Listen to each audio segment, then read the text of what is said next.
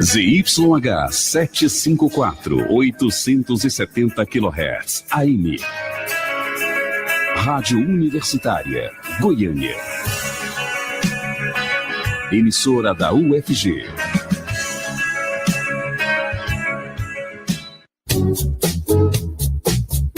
Começa agora o Jornal das 6.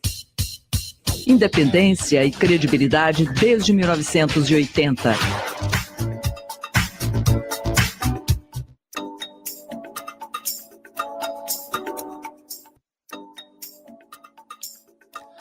Olá, boa noite. Está começando na Rádio Universitária o Jornal das 6. Eu sou Rodrigo de Oliveira e fico com você até às 6h30 da noite. Lembrando que o programa vai ao ar pelos 870 AM do seu dial e também pela internet no radio.ufg.br. Você pode acompanhar nossa programação pelo aplicativo Minha UFG. Fique ligado. Como fazer o trem da economia voltar a andar? O professor de economia da Alfa, Aurélio Troncoso Chaves, analista de economia, fala ao vivo conosco aqui no Jornal das 6 sobre o rescaldo dessa greve que parou o Brasil. Boa noite, professor. Obrigado por falar conosco. Boa noite, Delfino. Boa noite, ouvintes da Rádio Universitária. É um prazer sempre falar com vocês. O prazer é nosso. Professor, de norte a sul do Brasil, o que se viu foram empresas parando as suas operações, absoluta falta de abastecimento e prejuízos se acumulando. Quem perdeu mais com esses 9 dias de paralisações? Delfino, o grande problema do Brasil dessa paralisação em relação aos caminhoneiros, primeiro que a gente não pode recriminar a paralisação deles. Eles praticamente estão certos. O combustível, para você ter uma ideia, em 17 dias ele subiu 11 vezes a gasolina e 7 vezes o diesel. Então, a Petrobras, a política de ajuste de preço da Petrobras, relativamente é um ajuste voltado para, principalmente, aumento do barril de petróleo no mercado internacional, e nós tivemos um azar danado, que nós tivemos uma fuga de dólar do país, que fez com que as importações do petróleo leve, aquele que a gente não tem, ficasse mais caro. Você tem um câmbio alto, ao mesmo tempo você tem um aumento também do barril de petróleo no mercado internacional, fez com que o combustível subisse um pouco mais, porque ele estava subindo a conta gotas, A Petrobras utiliza um modelo da seguinte maneira: subiu o barril de petróleo, aumenta-se o combustível. Caiu o preço do barril de petróleo, diminui o combustível. Só que a gente sabe que isso nunca chega na bomba, essa diminuição. Ela sempre vai estar em alta. Então, ele veio a conta gotas já há muito tempo, subindo 2 centavos, 3 centavos, 5 centavos. Só que chegou num ponto agora que o caminhoneiro, aquele autônomo, não aquele da empresa, aquele autônomo que trabalha por conta própria, não tem um frete regularizado, tem muito caminhão no mercado e pouca carga para transportar, principalmente porque nós estamos num processo recessivo. Então, naturalmente, eles pararam e realmente parou o país. E eles sabem que se você parar e simplesmente não transportar o produto não chega na prateleira. E eles simplesmente também vetaram a saída de combustível, que é outra coisa que movimenta o país. Então, quer dizer, a greve, a paralisação, ela é uma paralisação válida, mas ela tem um espaço e tempo, ela tem que acabar numa hora. O problema é que, enquanto a população está apoiando o caminhoneiro, apoiando a paralisação, é interessante. A partir do momento que começar a faltar o gás de cozinha para a dona de casa fazer aquela mamadeira para o seu filho, ela vai começar também a recriminar esse tipo de paralisação. Ela tem que ter um prazo para começar ou para terminar. O incrível é que ela praticamente começou, foi atendido todas as reivindicações dos caminhoneiros e, infelizmente, ela não acabou. Mas não acabou por quê? Porque quando você tem naturalmente um caminhão, você é autônomo, você não tem uma liderança, você não tem um sindicato que o representa. E a grande maioria dos caminhoneiros não estão ligados a esses sindicatos. Então, foram alguns sindicatos. E o governo ele só negocia com representantes de entidades, ele não negocia com pessoas comuns. Ele tem que negociar como um todo, alguém que representa o todo.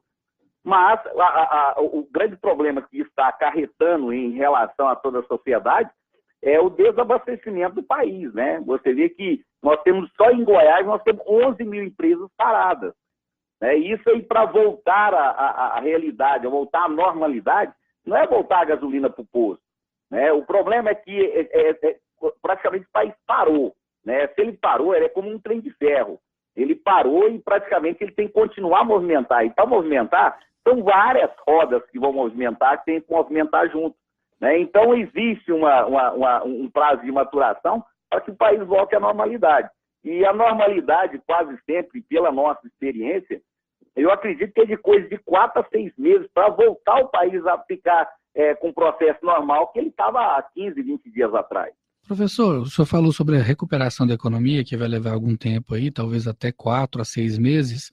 E qual que é a influência disso no processo inflacionário?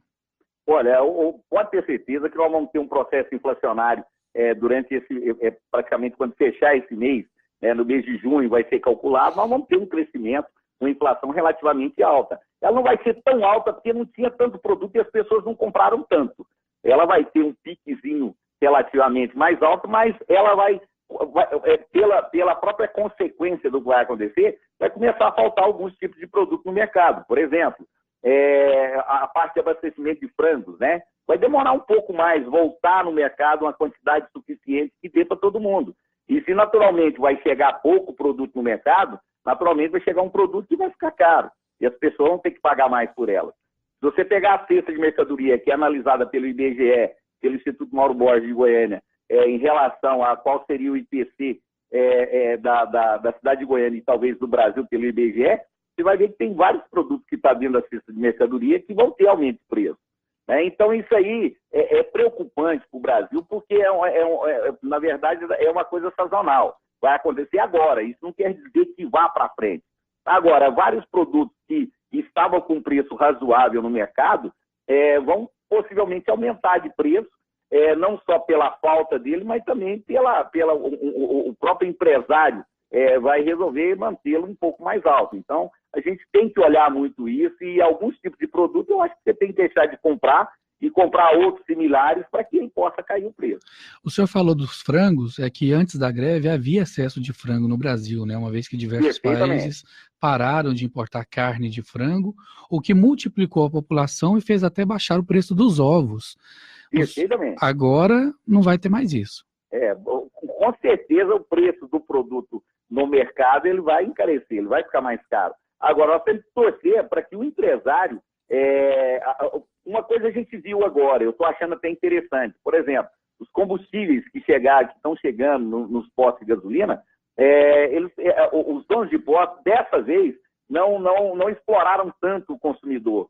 Né? Ele está mantendo o aumento que a Petrobras deu, mas não está nada exorbitante igual o cara de Brasília que fez. Aumentou para R$8, R$9 o litro e foi multado. Graças a Deus, a justiça foi lá, a fiscalização pegou e multou em R$500 mil. Né? Então, o que a gente tem que perceber é o seguinte, o empresário ele não pode aproveitar da situação para poder ganhar dinheiro em cima do brasileiro, em cima das pessoas. Então, a situação que nós estamos enfrentando hoje é uma situação de caos, realmente. Eu digo o seguinte, Goiânia não está desabastecida em termos de mantimento. Hortifruti de Grangeiro, tudo bem, está com a quantidade um pouco menor, mas alguns produtos, né, quando você pega batata que você não produz aqui na região, isso aí ela está muito cara, você pega outros produtos que não têm a procedência regional, está ficando caro. Mas eu fui no supermercado hoje e realmente tomate continua num preço que estava antes, batata doce está num preço até mais baixo, fui comprar limão, está num preço mais ou menos dentro do limite que estava 15 dias atrás. Então, quer dizer, ainda não subiu nenhum tipo de produto, não faltou. Você vai ver esses atacadões aí, todos eles são amarrotados de produto. Então, não existe aquela necessidade de você correr, fazer estoque em si. Se você fizer isso, você está aumentando a probabilidade de realmente desabastecer a cidade. Faça a vida normal, vai lá e compra um saco de arroz, não compra 5. Se você comprar 5, você vai comer 5 sacos de arroz de uma vez? Não vai. Então, deixa que outras pessoas vão comprar, porque senão vai faltar. E se faltar, o preço relativamente vai subir. Então, a gente tem que ser inteligente também. Não entrar nessa seara de desespero, achar que o desabastecimento vai ser uma coisa de longo prazo. O governo já está fazendo esse trabalho de fiscalizar e ver que realmente quem que ainda está mantendo a paralisação, e certamente não é caminhoneiro, eu tenho certeza absoluta, não é caminhoneiro. As pessoas que estão hoje segurando os caminhões são pessoas que querem ver o caos, querem ver o pior, não querem ver o bem do Brasil. Então, eu acho que nessa situação o governo está certo em começar a fiscalizar, botar inteligência para poder identificar essas pessoas, e porque tem gente que quanto pior ficar, melhor. Né? Então, para nós, não. Eu acho que nós estamos numa democracia, e dentro de uma democracia você fala o que você acha, aquilo que você quer. Como eu digo, que eu acho o que eu quero, que eu acho que o que está acontecendo. E eu acho que precisa, principalmente os caminhoneiros autônomos, eles têm que se organizar e ter representantes, mas representantes sérios, pessoas que os representem. E que não deixe isso acontecer do jeito que está acontecendo. Não perde a credibilidade totalmente da paralisação. Professor, essa queda de 46 centavos no preço final do diesel vai gerar uma economia somente para o caminhoneiro ou vai, ao longo prazo, se refletir em custos mais baixos, inclusive no preço das mercadorias depois? Não, ela não vai refletir porque se colocou um preço mínimo de transporte, um preço mínimo de carga, né? No caso, para a pessoa carregar o caminhão, agora tem um preço mínimo. E eu acho que está certo, porque nós não temos o nosso preço mínimo da categoria, nós não temos o piso salarial, né? O piso de pagamento. Como eles não têm salário, eles têm que ter um frete mínimo, um valor mínimo de frete. Né? Então, como nós temos uma base salarial, eles também têm que ter. E eu acho que é interessante, que aí acaba também aquele leilão que existia antes, que o caminhoneiro acabava pegando uma carga que não pagava nem um frete, né? Para poder continuar trabalhando. Na hora que ele parava, se ele tivesse comprado 2 pneus, ele não ganhava nada. Então, acho que isso é interessante. Não vai chegar, o valor não vai diminuir muito o preço das mercadorias, porque o frete relativamente vai estar um pouquinho mais alto. Mas isso, até um certo ponto, é interessante, porque da agora para frente vai acabar os leilões, as pessoas vão ter mais seriedade em pagamento de frete, principalmente para os autônomos, eles vão ter mais segurança de transporte. Então, isso é interessante para o país. Eu acho que isso aí é um modo de se organizar a categoria.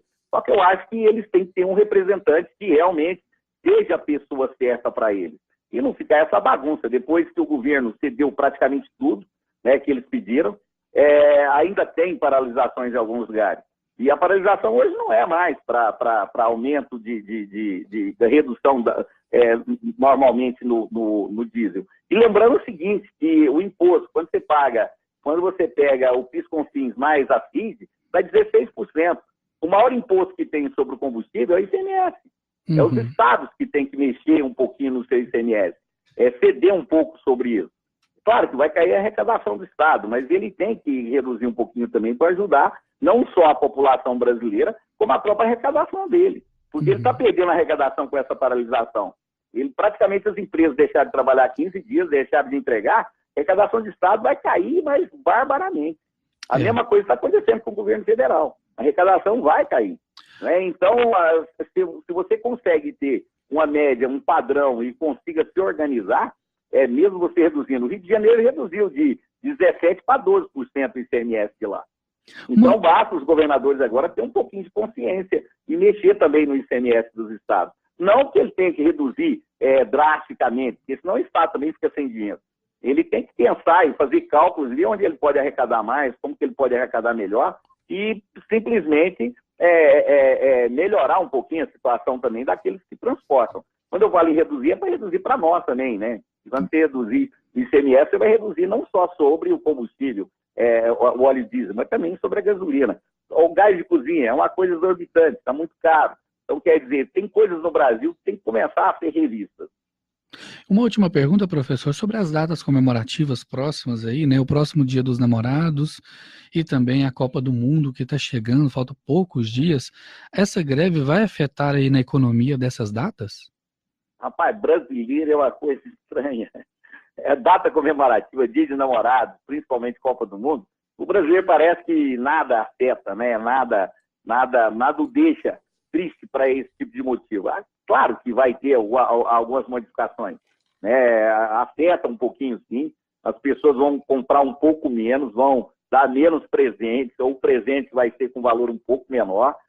Copa do Mundo, com certeza, as comemorações, as paralisações que estavam pretendendo ter, possivelmente não vai ter essas paralisações, né, de trabalho, porque como está perdendo, nós estamos perdendo dias de trabalho em vários lugares, naturalmente tem que ser recuperado, né? Então, os dias parados ou as horas trabalhadas, paradas pela Copa do Mundo, talvez não vai ter toda aquela paralisação que os empresários imaginavam dar para os seus funcionários, talvez isso deixe de existir. Nós conversamos com o professor de Economia da Unialfa, o professor Aurélio Troncoso Chaves. Professor, muito obrigado por falar conosco aqui no Jornal das 6.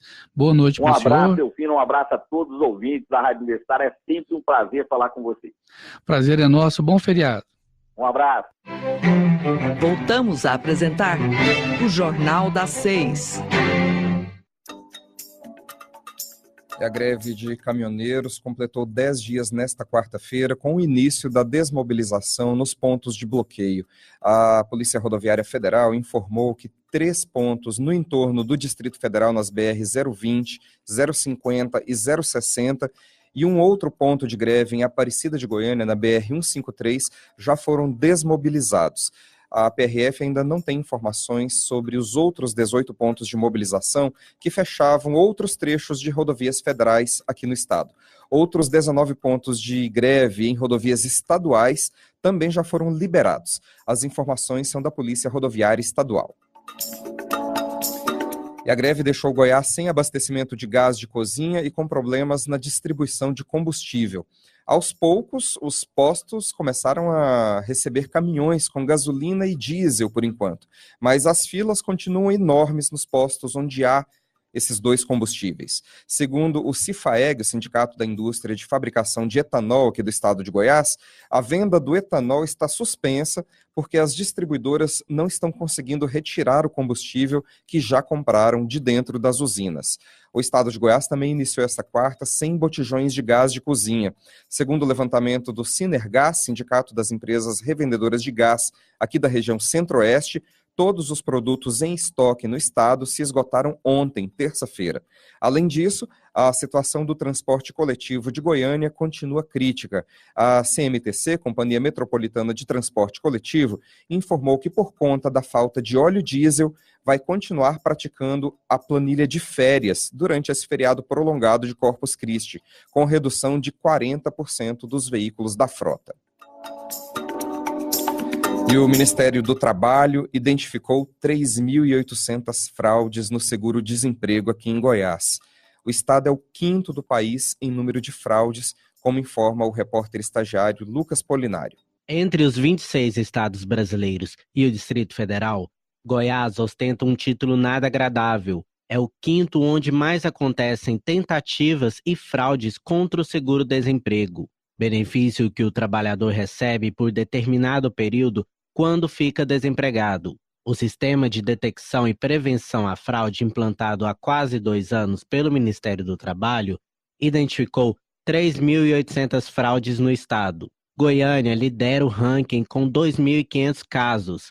Em seguida vem Aparecida, com 976, Novo Gama, com 66, Águas Lindas de Goiás, com 42 e Planaltina de Goiás com 39 requerimentos bloqueados.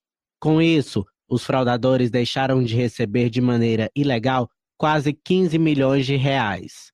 A superintendente do Ministério do Trabalho em Goiás, Sebastiana Oliveira Batista, explica por que o sistema antifraude tem sido tão eficiente no combate à ação de quadrilhas que desviavam muito dinheiro do seguro-desemprego. É que ele faz o cruzamento com outras bases de dados do governo federal, com a Caixa, com a Receita Federal, com o FGTS, com o CNIS, que é um sistema do INSS, com o CAGED e a RAIS, que são sistemas do Ministério do Trabalho. Esse sistema consegue juntar essas bases todas e nos dar a informação concreta. São fraudes que nós temos que combater de fato para a gente melhorar até o serviço, a prestação de serviço social à comunidade. O recurso volta para o governo e a gente aplica em ações. O sistema antifraude gerou uma economia para os cofres públicos de quase R$1 bilhão entre dezembro de 2016 e abril deste ano. Nesse período, foram bloqueados 62 mil pedidos de seguro-desemprego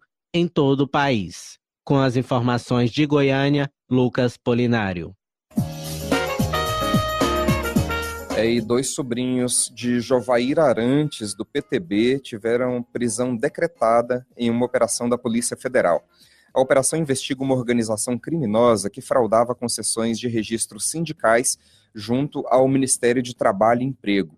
Leonardo Arantes e Rogério Papalardo Arantes tiveram mandados de prisão preventiva decretados na manhã desta quarta-feira. Jovair Arantes também é investigado por essa mesma operação da Polícia Federal. Além deles, são investigados ainda Paulinho da Força, do SD, e Wilson Filho, também do PTB. O ministro Edson Fachin negou o pedido de prisão dos 3 deputados. O presidente do PTB, que é investigado na Lava Jato, Roberto Jefferson, também é alvo aí dessa investigação da Polícia Federal.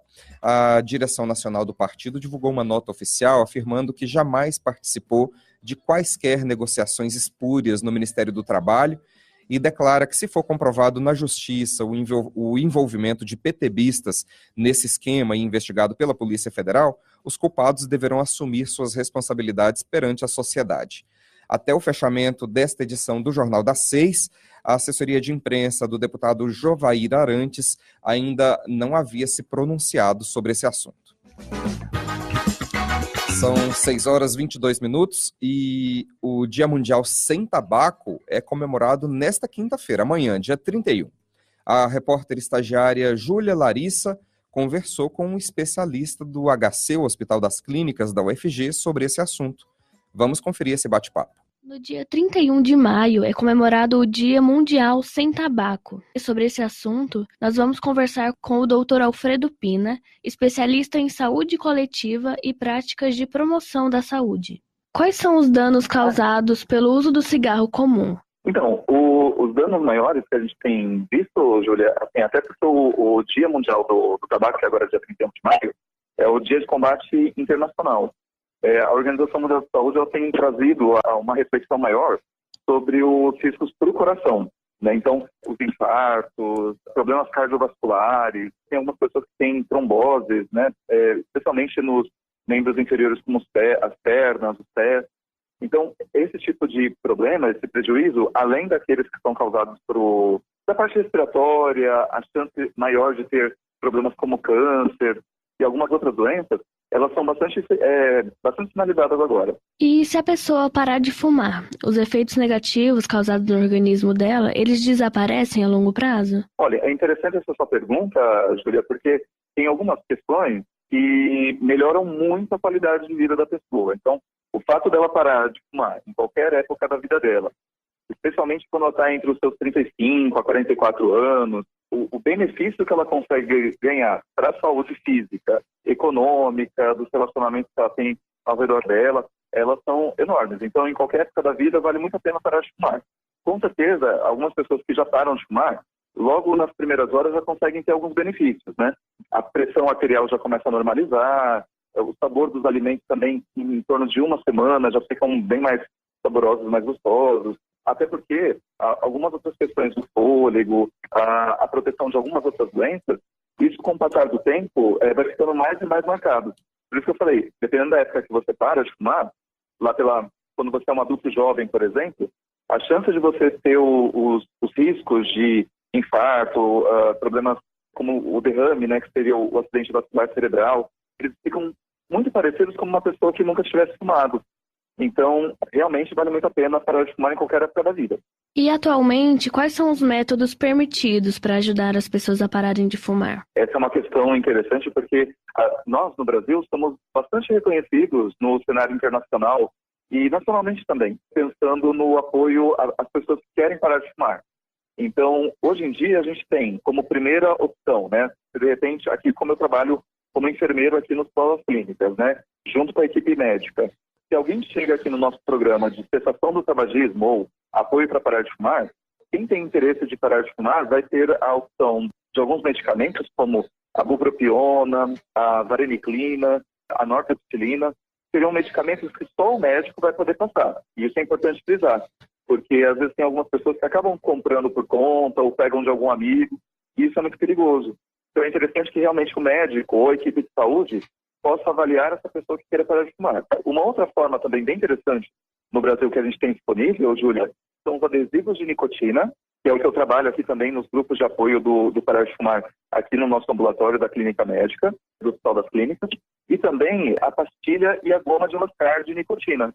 Então, na verdade, são formas de, como mais de 4.000 coisas ruins que o cigarro tem, só a nicotina que causa dependência química do organismo.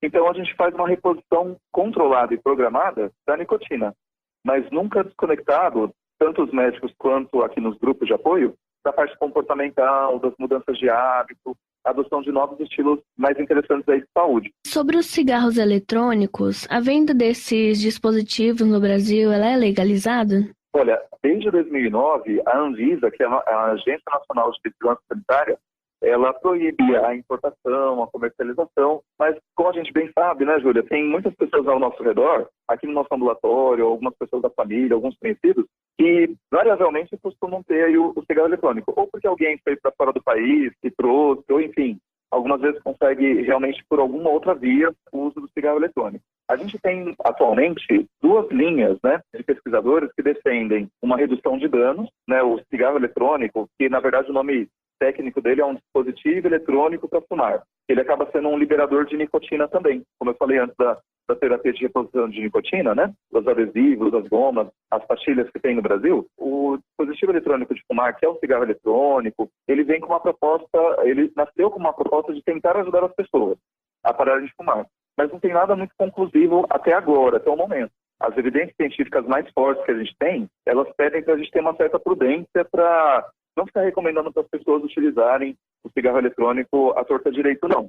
A ideia é a gente poder realmente, como uma forma de proteção, não investir nisso, mas investir nas técnicas que já são mais conhecidas e que valem mais a pena para parar de fumar, como você perguntou antes. Alguns medicamentos que só o médico passa, a terapia de reposição de nicotina, sempre acompanhada por algum profissional de saúde capacitado como eu, pelo Instituto Nacional do Câncer, ou psiquiatra, um psicólogo que trabalhe com a terapia cognitivo-comportamental, que são formas de ajudar as pessoas a parar de fumar de um jeito mais interessante e mais efetivo. De certa forma, pode-se dizer que esse dispositivo ele seja menos prejudicial à saúde do que o cigarro comum? Olha, essa é uma que nem eu falei antes, eu sou de um grupo que defende mais pela questão da prevenção, da precaução, a questão de, enquanto a gente não tem uma evidência bem forte, com um número de pessoas bastante interessante, com uma metodologia de pesquisa bem adequada, Júlia, a gente não promove que ele é mais inofensivo ou que ele é mais saudável, porque essa realmente também é uma armadilha que a gente está tentando cada vez mais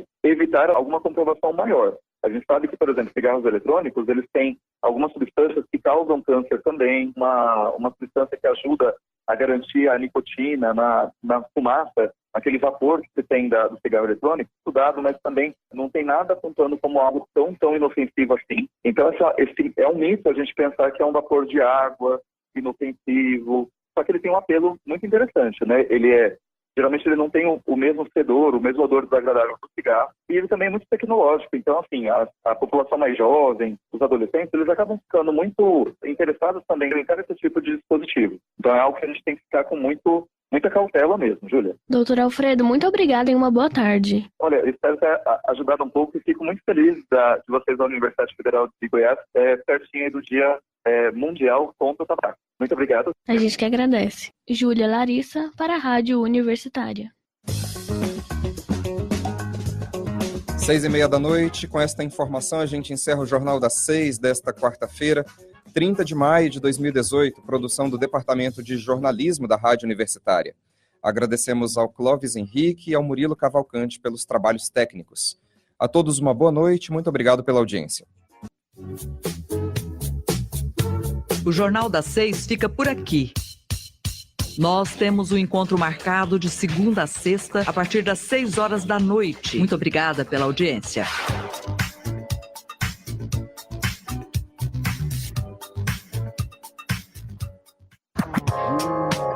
Universitária Goiânia, 870 AM.